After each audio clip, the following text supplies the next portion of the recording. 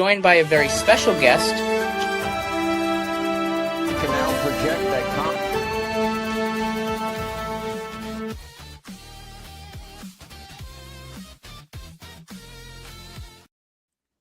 Well, hello, everyone. Welcome back to another episode of Conservative Circle. I'm your host, Jeffrey Edenfield, and today I am honored to have a special guest, John Frankman.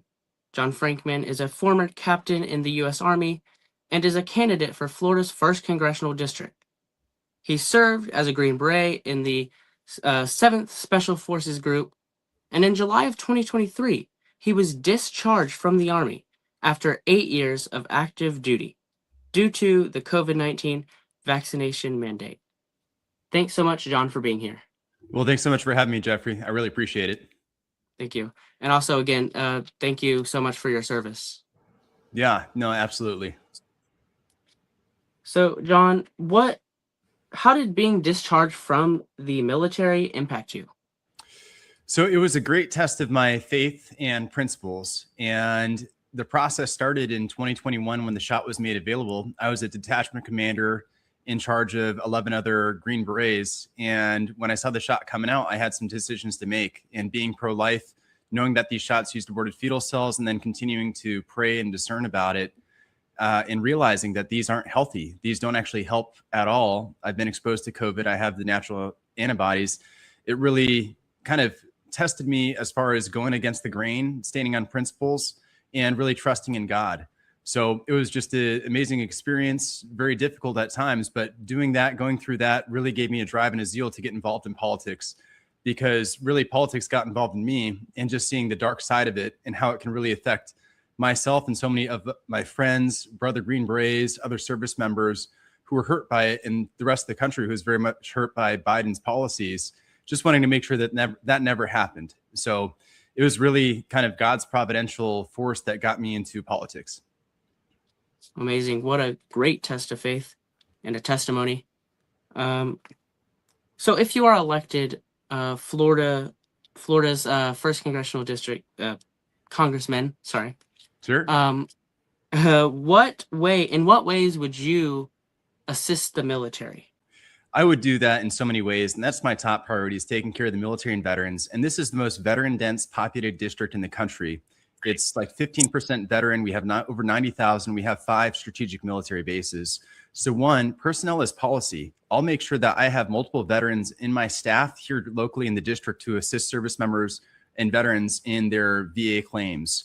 I would fight to get a VA hospital here. The nearest VA hospital is in Biloxi, and that serves about 20,000 veterans, whereas we have 2 clinics here, one in Pensacola, one in Eglin, and they serve over 30,000 people. So I would try to do an agency swap to get the Navy clinic over, or the Navy hospital switched over to the VA, and then give the Navy the VA's clinic. So that's one way to do it.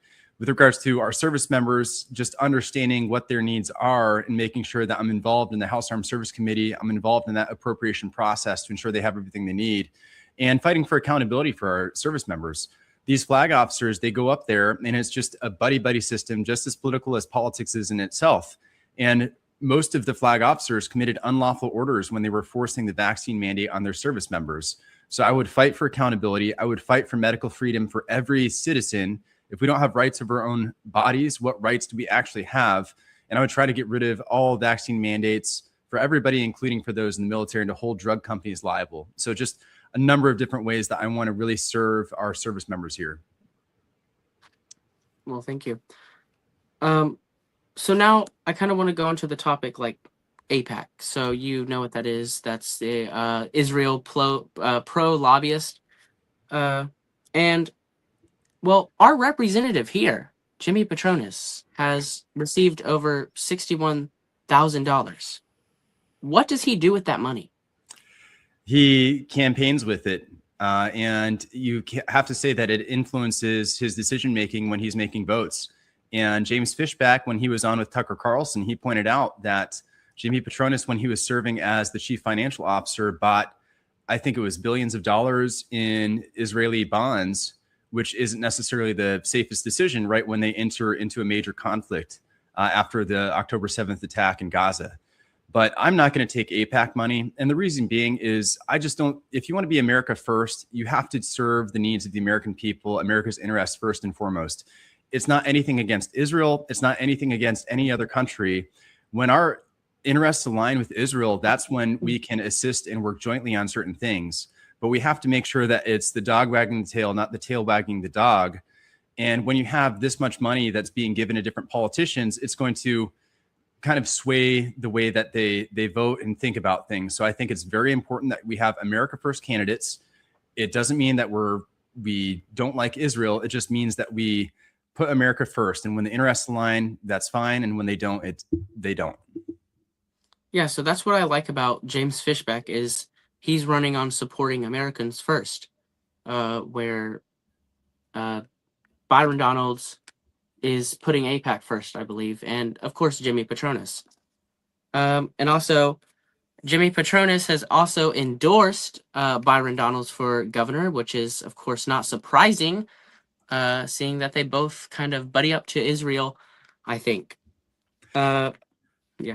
And I don't know if that's all totally just linked to Israel solely. I think that there is somewhat of an establishment here in Florida, and that's something that we've seen. And I think that the people are tired of these pre-selected establishment candidates who are coming into different districts, are being already kind of ordained, coronated, and getting the support and the backing ahead of time. And I think we saw it during the special election when Jimmy Patronis and Randy Fine got the endorsements from Trump, probably via Susie Wiles, Trump's chief of staff. And we see it again with Byron Donalds getting the endorsement for governor. We see it now, I think, in District 2. I think Evan Power is kind of being set up as the person who is sort of the heir to come. And what I don't understand is that Jimmy Patronis is not from this area. He was living in Panama City when he first ran here, and he went within a 5 or 6 month period of time. He went from the chief financial of Florida to talking about wanting to run for governor in 2026, to then running for a district outside of where he actually lives. And it's one thing if you get that endorsement, you come over here, you do the job because Trump asked you to, and you get to know the folks. But now that your seat is open, where your family is, where your family restaurant is, I don't understand why he wouldn't just go back there, because I think he could better serve in that area where he has better understanding. And I think where his weaknesses have been here is especially relating to the military, to veterans. I don't think he's had a veteran on his staff this whole time. I think he just recently got a veteran on his staff, and that's only because he's being primaried by a veteran who is myself, who is calling him out on not really supporting the military and veterans to a great enough extent. So I think that there's just an establishment, and they take care of each other, and they're in the club, and we aren't. So we really need the people to step up, support America First candidates, and just kind of take it away from elites. Yes, thank you. So another topic I want to touch a little bit is abortion. So I believe in Florida, it's up to 6 weeks, I believe. Correct me if I'm wrong. That's correct, yes. Okay. So Byron Donalds was questioned about abortion, and I want to play that clip real quick. Will you commit to a full abortion ban as governor? Right now, we're going to keep the law as it is. What do you have to say to that? That's not standing on principle. And the first and foremost response that everyone should say when asked about abortion is that life begins at conception, and we have to protect life from conception on. And that we should work 100% to get rid of every single abortion, no exceptions whatsoever. And he can say that life starts at conception. He can say that I think the soonest we can get in 6 weeks is the best that we can get. But he should say, but I'm going to fight for a full abortion ban. I'm going to continue to work and promote the culture of life. And what I'm trying to bring to the table, I'm sure you see some of the Catholic artwork behind me. I have my master's in systematic theology behind me. I spent 4 years in Catholic seminary studying to be a priest and an Army chaplain before going on active duty to serve as an infantry officer and then as a Special Forces Green Beret. And a lot of people say that politics is downstream from culture, but I want to bring culture up to politics. I want to bring that theological training, the formation, the prayerfulness, the discernment up there. And what you have at the federal level is you might not be able to get a lot done because there's hundreds of people up there and you're working with Democrats and you're working with rhinos, but you sure as heck can help influence the culture and use your platform to make persuasive pro-life arguments, to make persuasive conservative arguments that are in line with the Christian faith, because this country was founded on Christian values. If we don't return to God, we will fail. Most nations, they don't exist forever. And if we want to continue to exist, we have to align ourselves with God's law, which he reveals in scripture, which he reveals in the natural law. You don't actually have to be a Christian to understand it. The natural law is very clear in such things as men can't be women, women can't be men, life starts at conception, marriage is between a man and a woman because that's how you can procreate, and all sorts of things. So I was disappointed when I heard that answer, and I hope that whoever gets elected governor next time will fight to make the abortion ban even earlier, because Florida is now the kind of the central hub for conservatism. And there's been quite a fight in the legislature between the legislature and DeSantis, and now with these different endorsements and this kind of nasty DeSantis versus Trump versus establishment versus America First, whatever. But we need to really fight to push actual conservative values, period. Yeah, and a question I just want to ask you is, so Ron DeSantis hasn't made any endorsements in this race that I'm aware of right now. Who do you think he's going to endorse? I don't know if he will necessarily. I love Ron DeSantis. I really do. And I'm so grateful to be here in the state of Florida. I was stationed in North Carolina, and I came down here in 2020, and it was just a night and day difference coming from North Carolina, where they were trying to shut down. Well, I think the diocese were shutting down churches, but you had a lot of restaurants, masking, et cetera. Then you come here and it's totally free. I think he just has done an amazing job. And I'm not sure if he's necessarily going to endorse anyone. And the reason being is he might have presidential aspirations, and there's a little bit of kind of political capital that you put into endorsing someone. I know that it seems as though Trump, most of his endorsements are very much based on loyalty and very much based on who he thinks can win. So if DeSantis were to say, go and endorse someone, there's kind of the question of, does that person win? But if he were to endorse, I would suspect he would consider Jay Collins or Paul Renner, because Jay Collins is obviously the lieutenant governor. Paul Renner is the speaker, his former speaker of the House. I don't know if he would necessarily endorse Fishback, but that would be a very interesting thing. But, I'm trying to focus first and foremost on my race and try to show that I'm the better candidate for Florida's 1st district than Jimmy Patronis. All right. What does the Frankman plan look like? What are some policies you would implement if you were elected? Yeah. So my big 4 things, and, nothing's mutually exclusive. It can go way beyond that, just the 4 that I'm going to list. But taking care of the military and veterans is the first and foremost concern. And that especially affects the local area and how the district offices run. So I want to take care of our military, take care of veterans, because this area is so important for that. And along with the military and everything I said about veterans is to preserve the Gulf testing range, because we have the largest testing range here in the Eastern Gulf, where we have a lot of missile testing, et cetera, and we don't have drilling. So I would continue to push that we don't have any offshore drilling and things of that nature. I want to fight to actually bring the budget down. And we're $38 trillion in debt right now. We'll be $40 trillion in debt by the midterms. That's why we have the affordability crisis, period. If you have 10 apples and $10, every apple's worth $1. But if you have $20 and 10 apples, they're all worth $2. And that's what happened. It happened during COVID.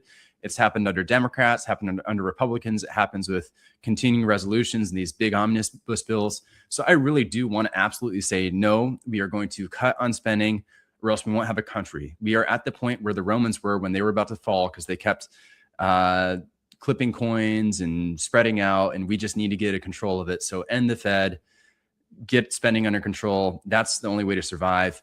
Accountability. I want to make accountability great again. I want accountability for the Epstein files. I want accountability for COVID. I want accountability for the January 6th Fedsurrection, for the 2020 election, for Russiagate that targeted General Flynn. If we don't have accountability in office, and that's something that disgusts me, actually. I don't know if you saw the other day, but members of Congress voted about 300 to 60 to cover up and bury sexual harassment or abuse reports that were at the ethics committee. And Jimmy Patronis, he voted to bury it in the ethics committee. So, and I'm sure he just got the order, and that's why he voted that way. But we need transparency and we need accountability, especially for our members of Congress. If they're going to vote 434 to 1 to release the Epstein files and then not hold themselves accountable, that's extremely problematic, even though I don't think that we've had full justice for the Epstein files. And there's so much more going after the ranch, seeing everything there. So we talked about military veterans. We talked about accountability. We talked about the budget. I also want to fight for medical freedom and fight for all of our freedoms, but medical freedom especially. And I talked about getting and fighting for a medical freedom amendment, something that we can never, ever be mandated to take any drug whatsoever against our will, and that we need to hold drug companies liable. And every other product, if the product injures you, you can sue for it. But if we can't sue the drug companies, I'm not necessarily trying to outlaw the COVID shot. I think if you just have where you can take whatever you want, there's medical freedom, full informed consent, and you can sue the drug company for injury, I think that's going to take care of itself. So those are some of the big ones. And obviously supporting immigration, mass deportations, and other such principles that are going out there. Yeah. And then one last question I have for you is, why you and not your opponent? Right. So I'm not a career politician. I've lived here and I understand the military mission extremely well. I was a Special Forces Green Beret. I was forced out for not getting the COVID shot. So I show that I can stand on principle and I can stand on character, and I will not be pressured in DC. I will do the right thing. I will fight for this area. But this is such a military veteran dense district that you need someone who understands the military. And being a Special Forces Green Beret, that means that they gave us IQ tests, they gave us personality tests, psychological tests, went through extremely difficult training. We understand how to overthrow other countries and how to work with other countries in order to quell out insurgencies. And that's extremely important. We have negotiation training and other things of that nature. I also have some investment experience too. I own some houses, do some real estate investment. So I just bring a lot of expertise, especially the military expertise, some of the business expertise as well, in just financial. But we just need people who are just going to do something. We need fighters. We don't need placeholders. This is the most conservative district in the state. You need someone who's going to squeeze every single ounce of red out of it as possible. And Petronas is not that person. He's going to listen to what the House Speaker tells him to do and Republican leadership tells him to do. He's not going to listen to what the people of Northwest Florida, specifically Florida's 1st congressional district, want, because he wasn't picked by them. He came from outside of here, was placed here, and won off the endorsement. So you need somebody who's going to fight for the people and stick to the principles, and that's me, and that's what I'm going to do. Thank you so much for just being here today, having this interview. Well, everyone, the Florida primary election is on August 18th, 2026, and the general is on November 3rd, 2026. John, thank you so much for being here, and you have a good one. Yeah, thanks so much, Jeffrey. And if anyone who's watching this wants to help out, they can, I usually say first follow Jesus Christ. Afterwards, if you still want to, you can follow me on social media. You can go to my website, franklinforflorida.com. And if you're able to donate, that's extremely helpful. I'm not working with big APAC money and other donors. I need whatever I can get.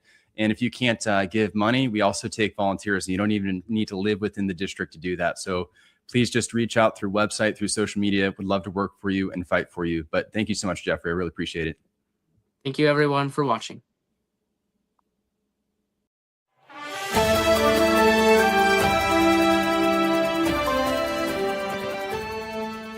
God bless you, and God bless the United States of America. Thank you.